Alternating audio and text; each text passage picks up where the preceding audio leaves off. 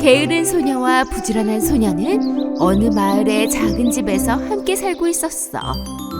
그날은 게으른 소녀가 평소처럼 게으르게 누워있고 부지런한 소녀는 새 친구와 함께 집에 왔지. 내 새 친구를 소개할게. 이름은 제니야. 아름다운 제니를 본 게으른 소녀는 너무 질투가 나기 시작했어. 그리고 그때 마침 부지런한 소녀는 동생에게 새 친구를 위해 컵케이크를 만들어 달라고 해서 더 화가 많이 났지. 그럼 그렇게 말하고는 부엌으로 갔어. 소녀는 컵케이크 하나에 크림 대신 치약을 잔뜩 부었단다. 그리고 케이크를 전부 담아서 거실로 갖고 나왔어. 소녀는 치약으로 만든 케이크를 제니에게 주었는데 제니는 한 입 먹고는 기쁨의 미소를 지었어. 너무 맛있다. 게으른 소녀는 너무 놀랐어. 그리고 언니도 케이크를 아주 맛있게 먹는 거야. 그래서 이렇게 생각했지. 안 섞었던 것 같은데? 소녀는 마지막 케이크를 한 입에 집어삼켜 버렸어.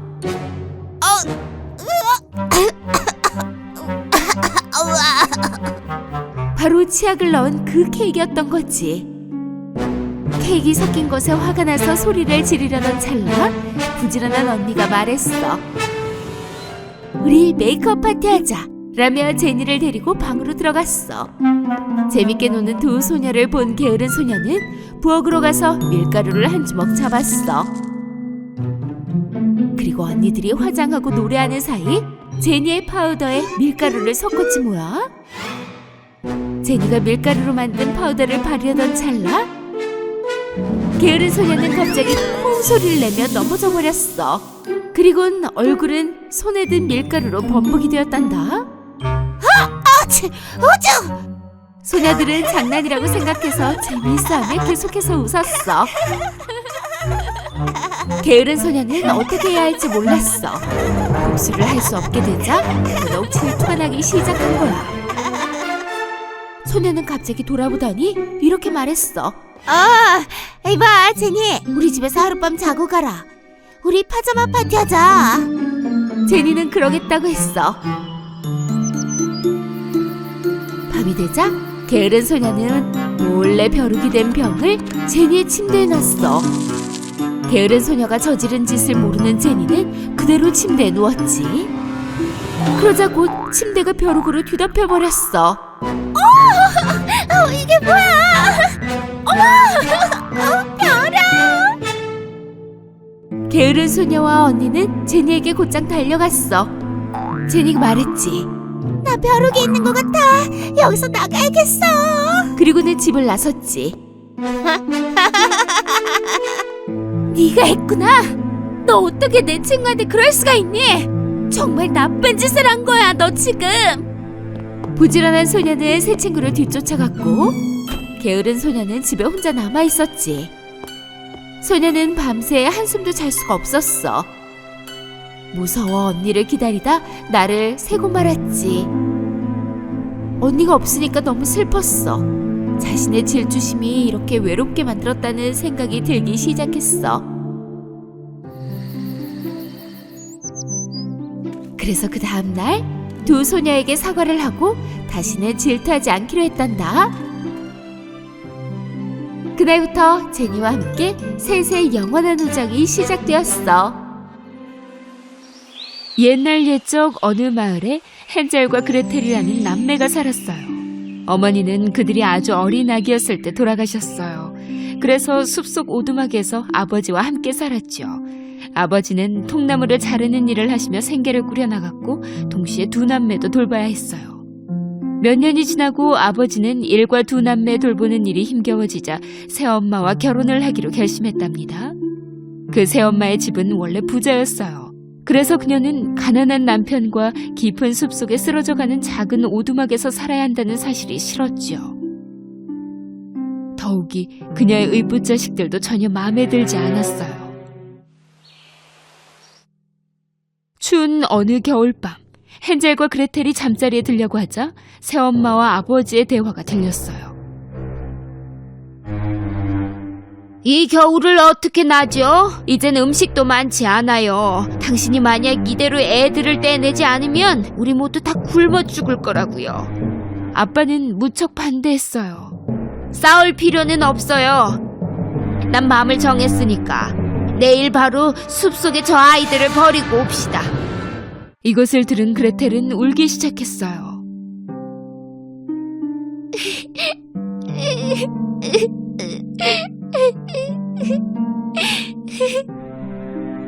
헨젤은 그녀를 위로했지요. 걱정 마, 그레텔. 어떡하든 집으로 돌아오는 방법이 있을 거야. 그날 밤 헨젤은 몰래 나가서 주머니 속에 많은 조약돌을 주워 모아왔어요.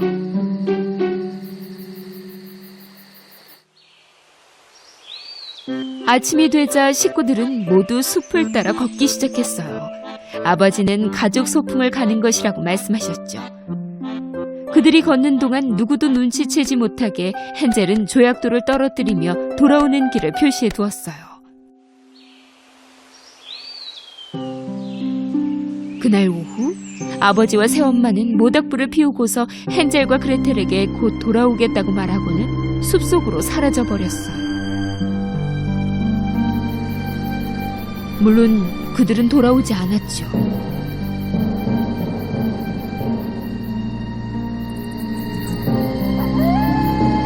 어둠이 깊어지자 숲에 사는 야생동물들의 무서운 소리가 여기저기서 들리기 시작했어요.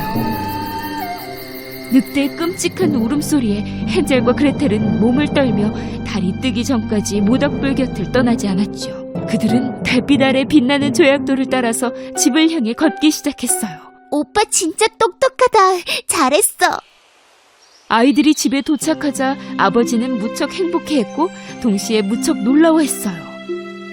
새엄마도 행복한 척 연기했지만 그녀의 마음속 결심은 변함이 없었죠.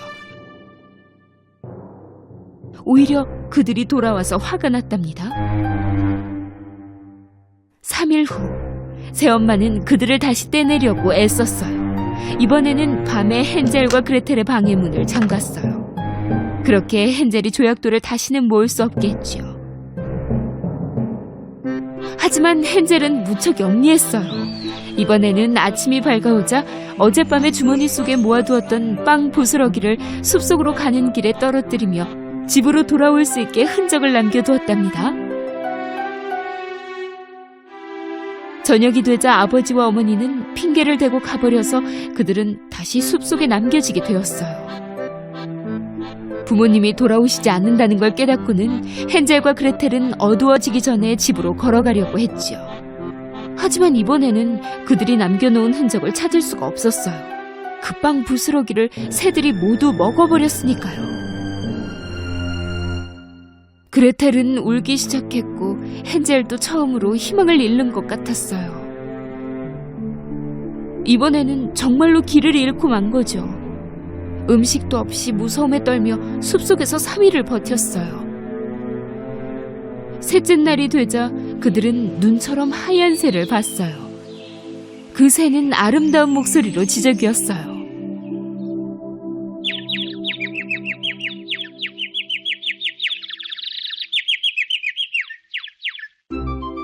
그들은 배고픔도 잠시 잊고 그 새를 따라 걸어갔지요. 그 새는 그들을 신기한 모양의 집 쪽으로 데려갔어요. 그 신기한 집의 벽은 맛있는 빵으로, 지붕은 케이크로, 창문은 캔디로 만들어져 있었고 온통 알록달록한 크림으로 덮여 있었어요. 그들은 이 광경을 믿을 수가 없었지요. 그 집은 엄청나게 맛있어 보였어요. 두 남매는 피곤한 것도 잊은 채 집으로 달려갔어요. 그들이 이 맛있는 집을 조금 뜯어먹으려고 하자 안에서 어떤 목소리가 들렸어요. 누구니 내 집을 먹으려고 하는 게? 주위를 둘러보자 귀엽고 친절한 늙은 여자가 문에 있었어요. 두 남매에게 일어난 일들을 들은 그 여자는 매우 안타까워 집 안으로 들어오게 했지요.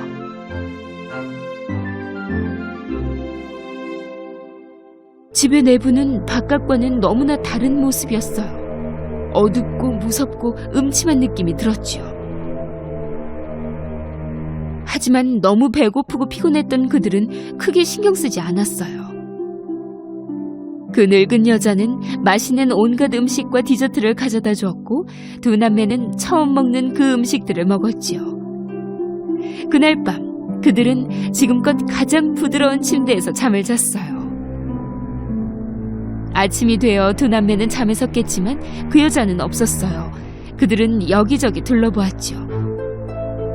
복도 끝에 다다르자 작은 문이 보였어요. 문을 열어보니 그 작은 문 안에는 온갖 보석과 금으로 가득했어요. 그들은 무척 놀라웠어요. 헨젤은 안에 들어가 더 가까이에서 보고 싶었지요. 바로 그때 그 여자의 목소리가 들렸어요. 너희들 지금 뭐 하고 있는 거야? 그들이 뒤를 돌자 바로 앞에 마녀가 서 있었어요. 알고 보니 그 할머니는 케이크와 사탕으로 덮인 그녀의 감옥으로 아이들을 유혹하는 마녀였어요. 그들이 도망가려 했지만 문이 잠겨 있었죠. 마녀는 헨젤의 머리를 잡아당겼고 우리에 가두어 버렸어요. 그리고는 그레텔을 부엌으로 데려갔죠.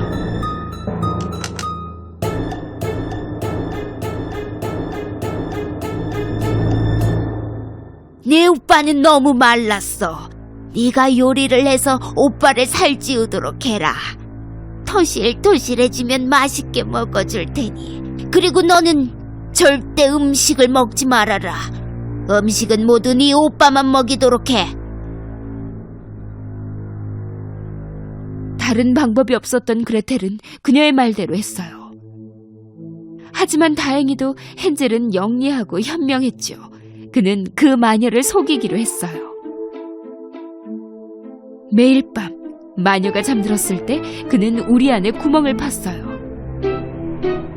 매일 아침 마녀는 헨젤이 얼마나 살이 쪘는지 혹은 안 쪘는지 확인하고 싶어 했죠.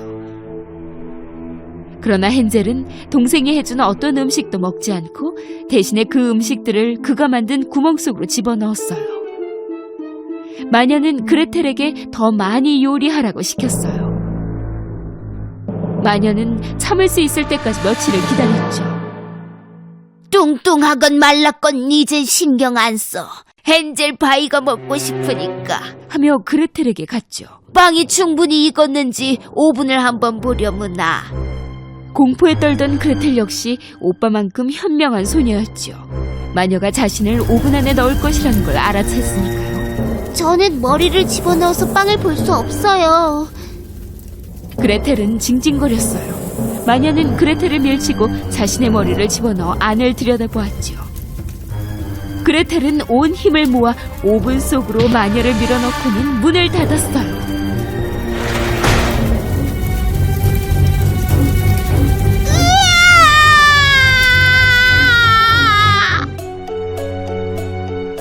그레텔은 마녀가 숨겨놓은 키를 찾았어요. 그녀는 헨젤에게 달려가 그를 바로 풀어주었어요.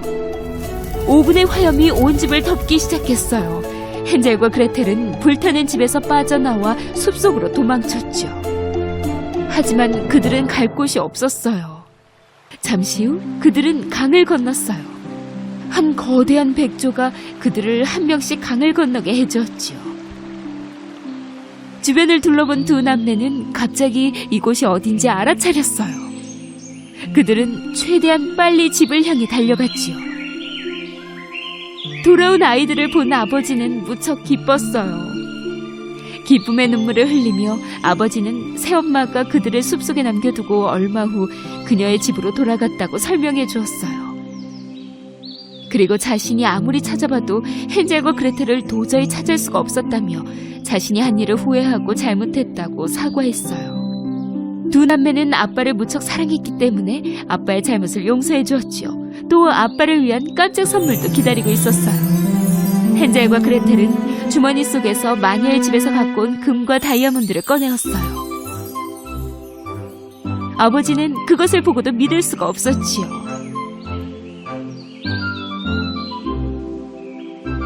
그들에게 있던 모든 문제가 사라지고 이제부터 영원히 아주 행복하게 살았답니다.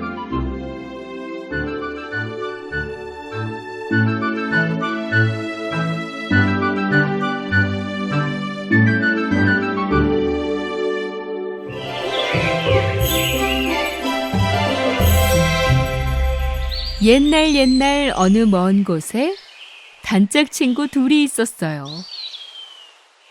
이웃인 그들의 이름은 케이와 고다였지요. 케이와 고다는 겨울밤 고다의 할머니의 동화 이야기를 듣는 것이 가장 큰 즐거움이었어요. 눈과 추위는 어디서 오는 거죠? 고다가 물었어요. 저 멀리서. 고다의 할머니는 대답과 함께 이야기를 들려주었어요. 옛날에 얼음과 눈으로 뒤덮인 성이 있었지. 눈의 여왕은 그녀의 마법으로 만든 그 성에서 혼자서 살았단다. 눈의 여왕은 매우 아름다웠고 얼음처럼 순수했지. 하지만 눈의 여왕은 사악한 마음으로 가득 차 있었고 차가운 얼음 속에 수많은 기적과 마법을 숨겨왔어요. 그 얼음 거울처럼요. 그 얼음 거울을 통해 눈의 여왕의 사악한 눈은 세상에서 일어나는 모든 일을 볼 수 있었지요.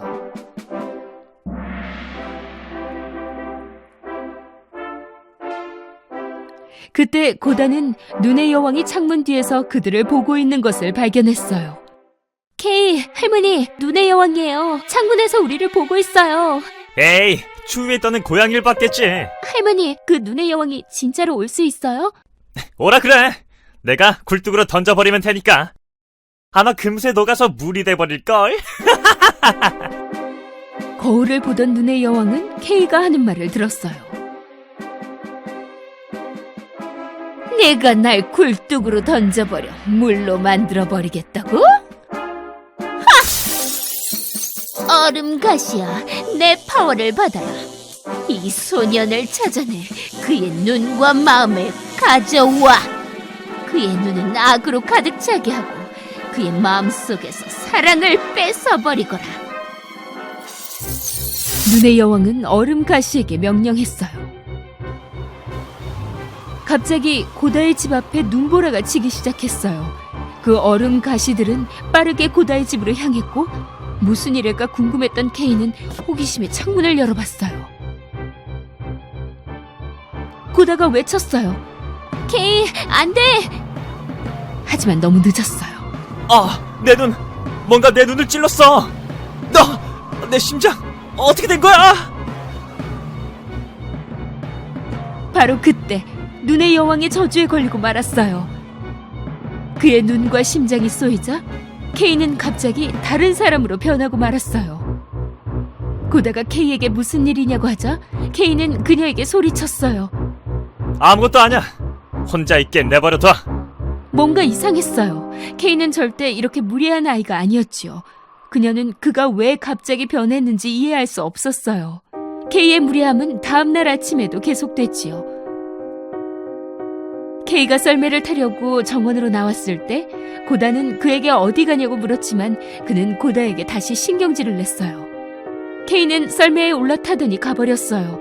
고다는 따라가 보았지만 놓치고 말았지요. 갑자기 어디선가 눈의 여왕이 나타났고 케이는 그녀를 따라가기 시작했어요.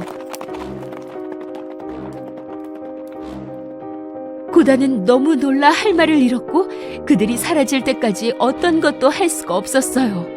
눈의 여왕은 그를 얼음의 성으로 데려갔지요. 고다는 케이가 돌아오기를 바라며 창문 앞에서 며칠을 기다렸어요. 며칠이 지나고 몇 달이 지나고 겨울도 지났지만 케이는 여전히 돌아오지 않았어요. 더 이상 기다릴 수만은 없었던 고다는 결심했어요. 할머니가 건네준 거울을 가지고 그녀는 그녀의 단짝 친구 케이를 찾기 위해 출발했죠.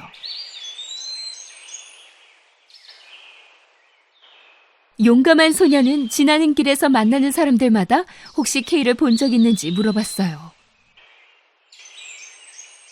마침내 그녀는 강가에 다다랐죠. 아무리 둘러보아도 케이에 대해 물어볼 만한 사람이 보이질 않았어요. 그녀는 강에게도 물어봤지만 대답은 없었어요. 그때 갈매기가 그녀에게 다가왔어요.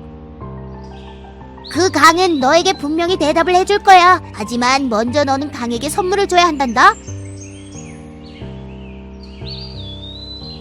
고다는 그녀의 아끼는 목걸이를 풀어서 강에게 던져주었어요.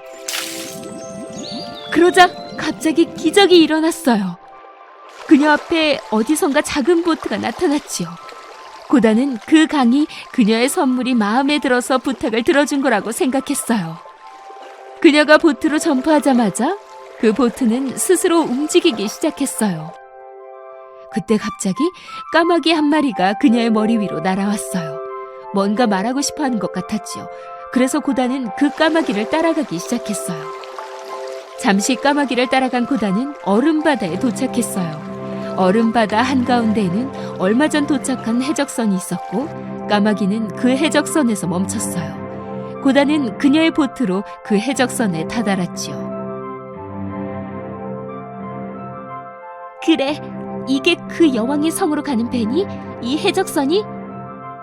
그때 해적들이 나타났고 그중 한 소녀가 고다에게 갔어요. 너는 우리가 가는 곳에 가게 될 거야. 우리는 어디에도 안 가.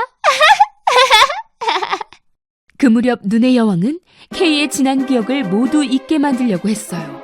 그녀의 계획은 어느 정도는 성공이었지만 그녀가 뭘 하든 고다는 케이의 기억에서 떠나지 않았어요. 고다? 고다? 곧 너의 마음도 얼음처럼 변하고 너의 기억도 모두 사라지게 될 거란다. 고다의 친구 케이가 눈의 여왕의 성에 갇혀 있다는 것을 알게 된 그 해적 소녀는 고다에게 그를 잊으라고 말했어요. 왜냐하면 그곳에서 그를 데리고 나올 방법이 없었으니까요. 잊을 수 없어. 그는 내 단짝인걸. 그를 찾아야만 해. 고다가 대답했어요. 그 해적 소녀는 고집 부리는 고다를 이해할 수 없었어요. 사실 그녀는 고다와 함께 해적선에서 머물며 친구가 되고 싶었지요. 그러나 고다는 케이를 찾기로 결심했어요. 그를 구할 수 있다면 뭐든지 할 거야. 해적 소녀는 친구가 없었기 때문에 케이를 향한 고다의 마음이 존경스러웠어요. 그래서 그녀를 돕기로 했죠. 그 다음날 이른 아침 해적 소녀는 고다에게 술록을 가져다 주었어요. 눈의 왕국에서 가장 빠른 술록이었지요. 그리고 고다에게 길도 알려주었어요. 그 얼음 마녀를 잡겠다고 약속해줘. 그럼 네가 우리 배도 구하게 되는 거야. 약속할게. 그리고 은혜 갚을게. 고다는 대답했어요. 그 술록을 타고 고다는 길을 나섰어요. 고다는 눈의 여왕을 어떻게 무찌를 수 있을지 알아내야만 했어요. 그 술록은 그녀에게 방법을 일러주고 싶었지요. 오랜 여행 끝에 그들은 북극에 다다랐어요. 현명하신 할아버지가 그들을 맞이했지요. 그래서 너희가 그 거울을 가져왔구나. 고다는 할아버지가 어떻게 그녀에게 거울이 있는 걸 알았는지 이해할 수 없었어요. 하지만 그녀는 제대로 찾아왔다는 걸 알았지요. 그래서 그녀의 거울을 할아버지에게 보여주었어요. 이것으로 눈의 여왕을 이길 수 있어요? 이건 마법의 거울이야. 오직 진실만을 보여주지. 그 진실이 깊숙하게 숨어있더라도 말이야. 깊숙하게. 고다는 그 할아버지 덕분에 눈의 여왕이 누구인지 알게 되었어요. 만약 그녀가 진실을 밝힐 수 있다면 그녀는 이길 수 있을 거예요. 사실 예전에 눈의 여왕은 아주 착한 소녀였지요. 그녀가 만질 때마다 꽃들은 밝게 빛났고 그녀의 미소는 태양보다 더 밝게 빛났어요. 릴라라는 이름의 그 소녀는 특별했고 행복했어요. 하지만 모두들 그녀를 꼬마 마녀라고 생각했기에 그녀와 놀거나 얘기하지 않았지요. 혼자였던 그녀는 더 이상 행복하지 않았어요. 그녀는 사람뿐만 아니라 모든 것이 싫어지기 시작했지요. 어느 날 그녀는 소원을 빌었어요. 나를 싫어하는 사람은 얼음이 될 거야. 그리고 나서 그녀는 얼음으로 성을 만들어 사람들로부터 떨어져 살게 되었죠. 사랑과 기쁨 없이 혼자서요. 고다는 눈의 여왕의 성에 도착하자마자 한쪽에서 얼음 조각을 만들고 있는 케이를 발견했죠. 여기 있었구나. 드디어 찾았어. 케이, 나야, 고다. 나 기억하지? 케이는 고다를 쳐다보았지만 그녀를 알아보지는 못했어요. 그의 마음은 여기 있는 다른 것들처럼 얼음으로 변해버렸지. 고다는 눈의 여왕의 말이 들리지 않았어요. 그를 놔둬! 그는 이제 내 거야. 너 역시 얼음으로 만들어버릴 테다. 아니, 넌 못해. 케이, 사랑해.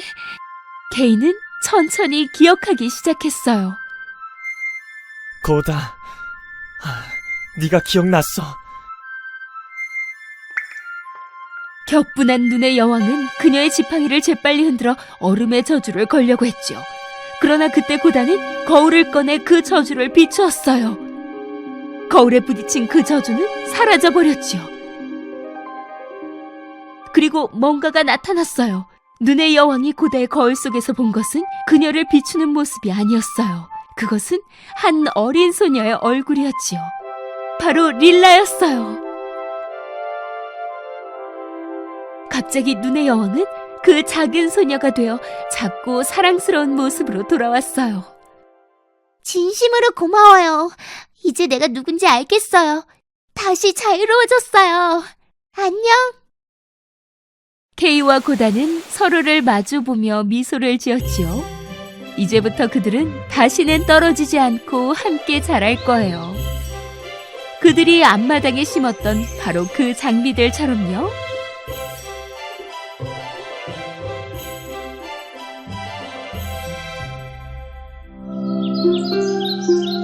옛날 옛적에 한 부부가 살았어요. 그들은 아가를 무척 갖고 싶어 했지만 그 소원은 이루어지지 않았죠. 하루는 아내가 마녀에게 찾아가 아기를 갖게 해달라고 말했어요. 너무 그렇게 슬퍼하지 마라. 뜻이 있는 곳에 길이 있지. 이 씨앗을 가져가 화분에 심고 좀 기다려보렴. 그럼 놀라운 일이 생길 테니. 아내는 기뻐하며 마녀에게 고마워했어요. 그 소원을 들어주는 대신에 그녀는 마녀에게 돈을 주었죠. 그녀는 집에 도착하자마자 화분에 그 씨앗을 심었어요. 그리고는 엄청난 인내심으로 화분 옆을 지켰답니다. 얼마 뒤 큰 튤립이 피어나기 시작했어요.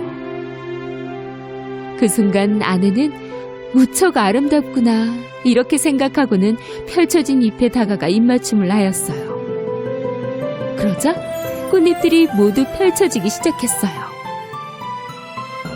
꽃 속에는 한 아이가 앉아있지 뭐예요? 무척 당혹스러웠지만 그녀는 아주 작은 그 소녀를 손 위에 올려놓았어요. 정말 작은 아이로구나. 너의 이름을 엄지공주로 해야겠다. 엄마는 호두 껍데기로 침대를 만들고 제비꽃잎으로는 매트리스, 장미꽃잎으로 담요를 만들어 주었어요. 엄지공주는 편안한 새 삶에 적응하기 시작했죠. 밤에는 그녀를 위해 만들어진 침대에서 잤고 낮에는 테이블 위에서 놀며 노래를 불렀지요. 어느 날 밤 엄지공주가 잠을 자고 있는데 어느 못생긴 개구리가 창문에서 나타났어요. 개구리는 소녀가 자고 있는 모습을 보았죠. 개굴, 세상에서 제일 작고 아름다운 소녀구나. 내 아들에게 좋은 친구가 될 수 있겠어. 개구리는 재빠르게 호두 껍데기를 잡고 창밖으로 빠져나왔어요. 집 근처에는 늪이 있었어요. 그 못생긴 개구리와 아들이 사는 집이 거기 있었죠. 그 개구리의 아들은 아빠만큼 못생겼는데 아빠가 그 소녀를 데려오는 것을 보자 좋아서 개굴개굴 울어댔어요. 개굴, 개굴. 그만 울거라. 소녀가 깨어나면 어쩌려고 그래. 깨어나면 무서워서 도망갈지도 몰라. 개굴. 아빠와 아들은 소녀가 머물 곳을 만들어주기로 했어요. 아빠 개구리는 좋은 생각이 떠올랐어요. 개울에 연꽃을 띄워 소녀를 올려두자꾸나. 사방이 물로 둘러싸여 있으면 일어났을 때 도망가는 것도 불가능할 테니까. 아빠 개구리는 그녀의 침대를 연꽃잎 위에 두었어요. 아침이 되자 따사로운 햇볕 때문에 엄지공주는 잠에서 깼어요. 집이 아닌 걸 눈치챈 그녀는 사방이 물로 둘러싸인 것을 보고 무서워 울기 시작했어요.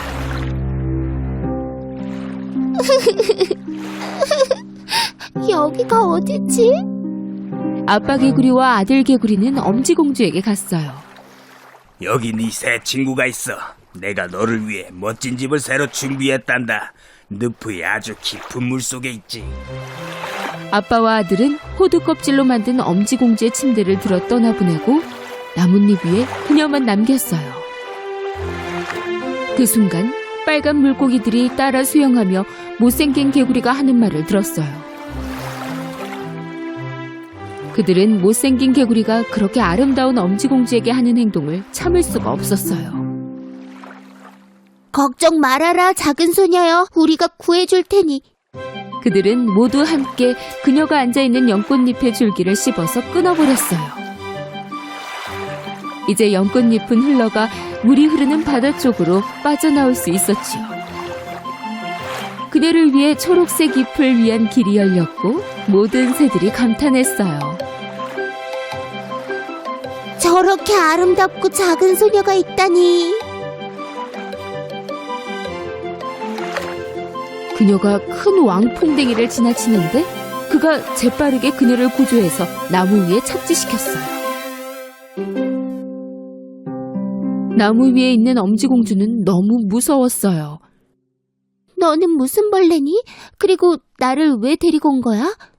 나는 왕풍뎅이야. 너 같은 벌레는 처음 봐. 내 친구들이 너를 만나고 싶어 할 거야. 잠시 후 다른 모든 왕풍뎅이들은 엄지공주를 보기 위해 같은 나무에 둘러앉았어요. 티를 내지는 않았지만 모든 왕풍뎅이들은 그녀의 대단한 아름다움에 질투를 느꼈죠. 너 참 웃기게 생겼다. 얘 봐라. 불쌍하게도 날개도 없구나. 너무 못생겼어. 너는 네 얼굴을 어떻게 보니? 원하는 곳으로 떠나도 좋아. 우리는 너처럼 못생긴 친구와 있고 싶지 않거든. 엄지공주는 여름을 혼자서 보냈어요. 그녀는 꽃잎의 물을 마시며 배고픔과 목마름을 이겨냈죠. 오랜 시간이 지나 날씨가 선선해졌어요. 여름 옷을 입은 그녀는 감기에 걸리고 말았지요. 저 멀리 땅이 보였어요. 그 땅은 짚으로 덮여 있었어요. 오래 걸은 후에야 그 땅에 다다를 수 있었지요. 그녀는 곧 지푸라기 아래 들쥐의 집을 찾아내었어요. 엄지공주는 음식을 얻고자 문을 두드렸고 보리를 좀 달라고 부탁했어요. 친절한 들쥐가 그녀를 안으로 들었지요. 그녀는 들쥐가 준 모든 음식을 전부 먹어치웠어요. 들쥐는 엄지공주가 정말 마음에 들었어요. 네가 하루에 하나씩 이야기를 해주면 겨울이 끝날 때까지 집에 머물도록 해주마. 너무 좋아 그녀는 제안을 받아들였어요. 오늘 내 이웃이 올 거야. 그는 나보다 더 좋은 분이지. 만약 그와 함께 간다면 더 편하겠지만 시력이 나쁘다는 걸 기억해야 해. 아주 재미난 동화를 말해주면 좋단다. 그가 그것을 아주 좋아하니까. 잠시 후 등에 벨벳 털옷을 입은 두더지가 나타났어요. 엄지공주는 별로 마음에 들지 않았지만 실망시키고 싶지 않아 그를 위해 노래를 불러주었죠. 나라라 무당벌레 내일은 결혼식 엄마가 새 드레스 사주실 거야. 그 두더지는 예쁜 엄지공주가 무척 마음에 들었어요. 그래서 그녀를 집에 데려가고 싶어 했죠. 나는 좀 전에 구멍을 파고 터널을 만들어서 왔단다. 너만 좋다면 그 길로 가서 내게 우리 집을 보여주고 싶구나. 엄지공주는 망설였어요. 들쥐가 동의하자 엄지공주도 제안을 받아들였어요. 그들은 길을 떠났죠. 곧 그들은 바닥에 누워있는 제비 한 마리를 발견했어요. 날개는 양옆에, 머리와 발은 깃털 아래에 있었죠. 내가 올 때는 여기 없었는데 아마 구멍으로 떨어진 게 틀림없어. 엄지공주는 숲속 새에 대해 생각했어요. 그들은 그녀의 머리 위에서 지저귀곤 했었죠. 그들 중 한 마리일 거라 생각되어 무척 슬펐어요. 들쥐와 두더지 모르게 그녀는 제비에게 돌아가 입맞춤을 해줬어요. 이 새는 여름 동안 지저귀던 그 새 중 한 마리일 거야. 만약 그렇다면 이 새에게 정말 많은 빚을 졌어. 얼른 오거라, 엄지공주야. 그녀는 그날 밤 잠을 이룰 수 없었어요. 그녀는 지프로 누빔 이불을 짰지요. 그 길로 다시 가서 제비를 덮어주었어요. 그녀는 담요로 쓰는 바카잎을 적셔 제비의 머리를 감싸주었어요. 예쁜 새야, 빨리 낫길 바래. 다음날 엄지공주가 제비에게 갔더니 눈을 뜨고 있는 게 아니겠어요? 네가 날 살렸어. 바로 회복될 거야. 이 은혜를 어떻게 갚아야 할지 모르겠어. 완전히 회복이 되면 따뜻한 나라에 있는 내 친구 옆으로 갈 수 있을 것 같아. 밖은 아직 추워. 이 따뜻한 침대에서 쉬면 곧 회복될 거야. 엄지공주는 제비에게 충고를 한 뒤 꽃잎에 물을 받아 제비에게 가져가 마시게 했어요. 그런 다음 제비가 어떻게 덤불 속으로 떨어졌는지 들을 수 있었죠. 상처를 입었기 때문에 친구들만큼 빨리 날 수 없었던 거예요. 쉽게 피곤해졌고 그러다 떨어진 거였어요. 마침내 봄이 오고 다시 한번 따뜻해지기 시작했어요. 그 제비는 이제 엄지공주와 헤어질 시간이라고 생각했지요. 나와 함께 숲으로 가고 싶니? 나도 가고 싶어. 그치만 내가 떠나면 들쥐가 무척 상심할 거야. 그렇다면 안녕, 엄지공주. 언젠가 다시 만날 수 있을 거야. 엄지공주는 눈물을 흘리며 제비가 날아가는 걸 지켜봤어요. 여름을 앞두고 엄지공주는 생각이 많아졌어요. 이제 여름이다. 벨벳 두더지가 너랑 결혼하고 싶어 해. 엄지공주, 우리 아름다운 옷을 준비해야 해. 겨울이 오면 당신과 땅속에서 함께 살 준비를 마칠 수 있을 거야. 엄지공주는 춥고 어두운 땅 속에서의 삶을 시작하기 전에 마지막으로 햇볕을 보기 위해 밖으로 나갔어요.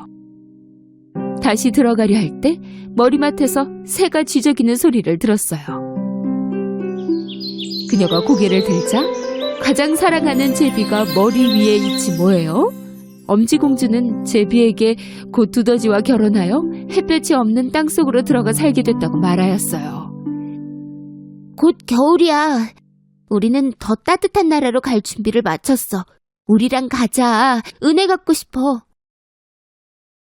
너는 내 생명의 은인이야. 엄지공주는 제비의 제안을 받아들였어요. 엄지공주와 제비는 숲과 바다, 그리고 눈으로 뒤덮인 산을 날아갔어요. 그 후 두 친구는 더 따뜻한 나라에 도착했어요. 아주 멋진 곳이었죠. 태양은 더욱 빛나고 하늘마저 빛이 났어요. 이곳이 내 집이야. 마음껏 꽃을 가져도 좋아. 정말 아름다워. 제비는 엄지공주를 아름다운 꽃잎에 내려주었어요. 그 아름다운 꽃잎 사이에서 그녀는 무척 행복했지요. 꽃잎에 앉아 넋을 잃고 들여다보았어요. 꽃잎에는 유리만큼 빛나는 작은 남자가 앉아 있었죠. 그는 이 꽃의 요정이었어요. 모든 꽃들은 그만의 요정을 갖고 있었죠. 그는 손가락만큼 키가 작았지만 어깨에 빛나는 날개와 머리에는 금으로 된 왕관을 쓰고 있었지요. 그는 자신처럼 작으면서 또 그렇게 아름다운 소녀를 만난 것이 처음이었어요.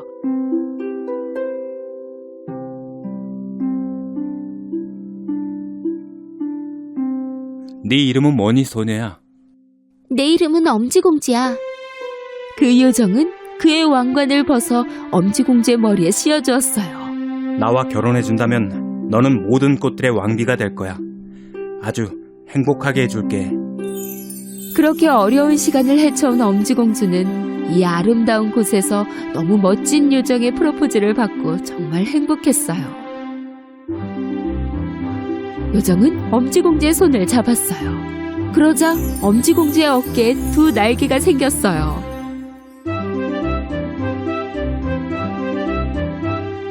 엄지공주는 이제 요정들의 여왕이 되었답니다.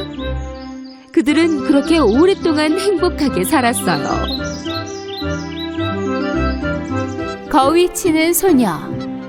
옛날 옛적 어느 멀고 먼 나라에 여왕과 그녀의 딸이 아주 멋지고 아름다운 성에서 함께 살고 있었어요.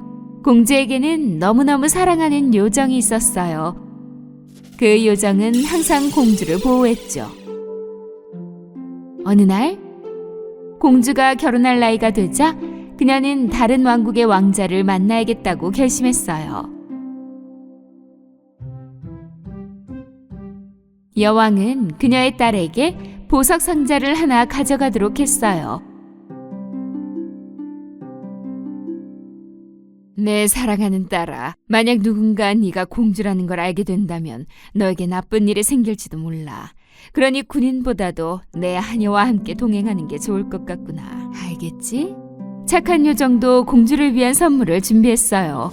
요정은 팔라다라고 하는 말하는 말을 선물했죠. 전 달릴 준비가 되어 있어요, 공주님. 너에게 주고 싶은 게 한 가지 더 있단다, 공주야. 자, 이걸 받으렴. 그 요정은 공주에게 별 3개가 있는 손수건을 건네주었어요. 이건 마법 손수건이란다, 공주야. 항상 지니고 다니면서 필요할 때 쓰도록 하렴. 알겠지? 공주는 팔라다를 타고 인사를 했어요. 그녀의 하녀는 당나귀를 타고 있었지요. 몇 시간이 흐른 후 숲길을 따라가던 공주는 너무 피곤해진 나머지 좀 쉬려고 가던 길을 멈춰야 했어요. 너무 목말라. 우리 참 물이 있었지. 그것 좀 나한테 줄래? 응? 하지만 하녀가 이미 물을 다 마셔버린 뒤였죠. 죄송해요, 공주님. 목이 타서 제가 다 마셔버렸네요. 전 공주님 하녀가 아니잖아요. 안 그래요? 공주는 하녀의 태도에 무척 놀랐지만 어떤 말도 해줄 수가 없었어요. 그렇게 그들은 계속해서 길을 걸어갔답니다. 시간이 조금 흐른 후 공주가 가던 길을 멈췄어요. 충직한 하녀요. 저 연못에서 물 좀 떠다 주시면 좋겠어요. 전 공주님의 하녀가 아니랍니다. 말씀드렸잖아요. 그러니 말에서 내려 직접 물을 떠드세요. 공주와 팔라다는 눈을 마주쳤어요. 저 하녀를 다시 보게 됐어요, 공주님. 아무래도 저 하녀를 조심해야 될 것 같아요. 공주는 말에서 내려 엎드린 다음 손바닥으로 직접 물을 떠 마셨답니다. 그러자 주머니에 있던 마법 손수건이 갑자기 말을 하기 시작했어요. 조심하세요, 공주님. 저 하녀는 아주 위험해요. 하지만 공주가 물을 뜨기 위해 엎드려 그 손수건은 물속으로 빠지고 말았어요. 안 돼! 손수건이 물에 떠내려가는 걸 보자 그 하녀는 기회를 잡았다고 생각했어요. 이젠 공주도 별 힘이 남아있지 않겠지. 이제부터 내가 모든 명령을 내릴 거다. 너는 내가 말하는 대로 하면 돼. 자, 그 공주 옷을 벗어서 나한테 줘야 해. 그리고는 내가 입고 있는 이 거지 같은 옷을 입으면 된단다. 이제부턴 내가 공주야. 만약 이 사실을 발설하면 널 가둬버릴 거야. 알겠니? 하녀는 공주의 옷만 빼앗아 입은 것이 아니라 그녀가 타던 말 팔라다까지 가졌어요. 그리고는 계속해서 길을 떠났죠. 한편 진짜 공주는 당나귀를 타고 아주 천천히 하녀를 따라갔어요. 얼마 후 둘은 왕자의 궁전에 도착했어요. 왕자가 그들을 반겨주었죠. 왕자는 그 조수가 당연히 공주라고 생각해 그녀를 초대했어요. 사실은 진짜 공주인 그 하녀도 보게 되었답니다. 왕자님, 저 아이는 하녀예요. 굳이 왕자님의 궁전 안으로 들어올 필요는 없을 것 같은데요. 일거리를 좀 주고 우리가 있던 궁전처럼 편하게 있으라고 하면 될 것 같아요. 그쵸, 왕자님? 그래서 왕자는 그렇게 했고 그녀를 거위 치는 콜라드라는 이름의 소년에게 소개했어요. 너도 콜라드를 도우면서 거위를 키우는 법을 배울 수 있을 거야. 저 그리고 하나 더 부탁드릴 게 있어요. 저 심술궂은 말을 묶어둘 수 있을까요? 사실이면 더 좋고요. 여기 오는 길에 저를 아주 던져버리더라고요. 그래서 왕자는 그의 하인을 불러 그 말을 마구간에 묶어버리라고 지시했어요. 하녀는 그녀의 거짓말이 탄로날까봐 비밀을 지키려고 계속해서 왕자를 속였답니다. 진짜 공주는 그녀의 말 팔라다가 묶여있게 되자 무척 슬퍼했어요. 그녀는 즉시 말을 보러 헛간으로 갔어요. 불쌍한 팔라다는 사슬에 묶여 서 있었지요. 팔라다, 도대체 너에게 무슨 짓을 한 거니? 만약 여왕님이 이 사실을 알게 되신다면 무척 슬퍼하실 거예요, 공주님. 슬프지만 공주는 팔라다 곁을 떠나 콜라드와 함께 초원에서 거위를 치기 시작했어요. 잠시 후 그녀는 바위에 앉아 잠시 쉬며 머리카락을 고정하던 금으로 된 머리핀을 풀렀어요. 콜라드는 이 빛나는 머리핀을 보고 곧장 하녀에게서 그 머리핀을 뺏어 가져가고 싶었어요. 금빛 머리핀이네. 그 머리핀이 정말 갖고 싶어. 내 머리를 가만히 둬. 불어라, 폭풍이여. 불어라, 빠르고 강력하게. 콜라드의 모자를 빼앗아 가져가 버려. 바로 그 순간 정말 엄청난 바람이 불어와 콜라드의 모자를 날려버렸어요. 모자는 산을 이리저리 날아다녔고 콜라드는 가까스로 모자를 잡을 수 있었지요. 다시 머리를 묶은 공주는 그녀의 금빛 머리핀을 숨겼어요. 해가 질 때까지 함께 거위를 몬 콜라드와 공주는 마침내 궁전으로 돌아왔어요. 콜라드는 즉시 왕에게로 가서 섰어요. 왕께서 주신 저 이상한 소녀와 같이 일하고 싶지 않아요. 왜 그러느냐, 콜라드. 진짜 이상해요. 말과 대화를 하지 않나? 제 모자를 바람에 날리고 놀려요. 일도 하지 않아요. 그 말을 들은 왕은 직접 확인해보고 싶었답니다. 다음날 왕은 몰래 공주를 따라가 보았어요. 공주는 먼저 헛간으로 가서 사슬로 묶인 팔라다에게 말을 걸었죠. 진짜로 말하는 말을 보자 왕은 보고도 믿을 수가 없었어요. 왕은 곧이어 콜라드와 공주가 거위를 모는 초원으로 가서 숲을 뒤에 숨어 있었어요. 잠시 후 그는 공주가 머리에 금빛 머리핀을 하고 있는 걸 봤어요.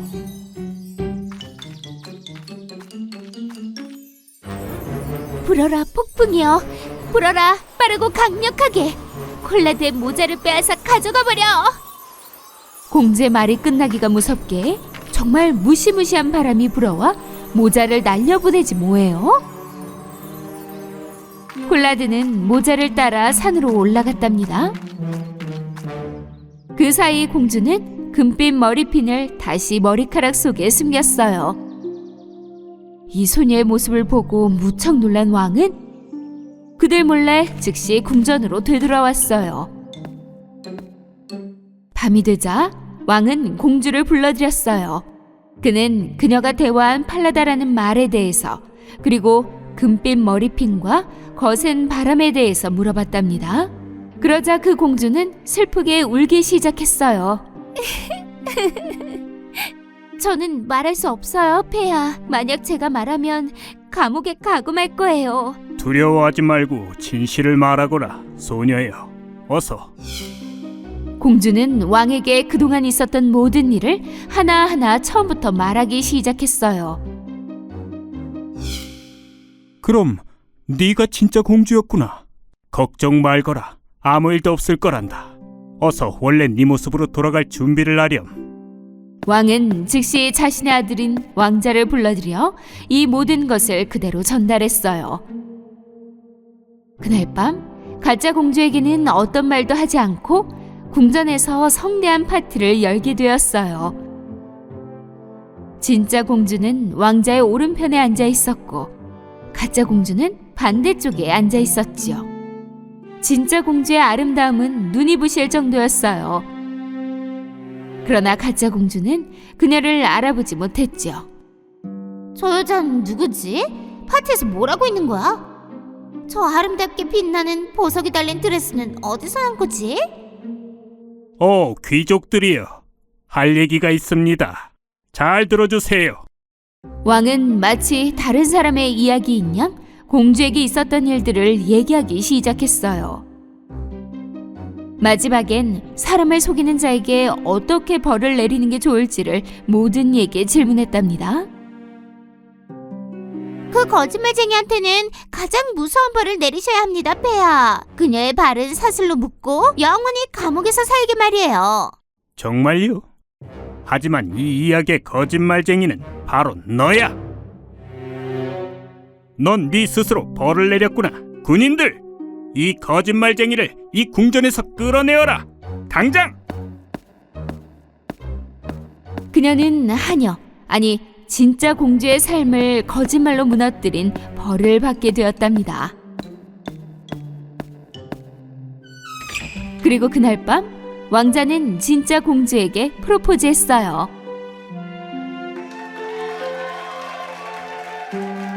그 다음 왕자와 공주는 곧장 헛간으로 가서 말하는 말 팔라다를 구해주었어요. 진실은 밝혀지게 되어 공주님.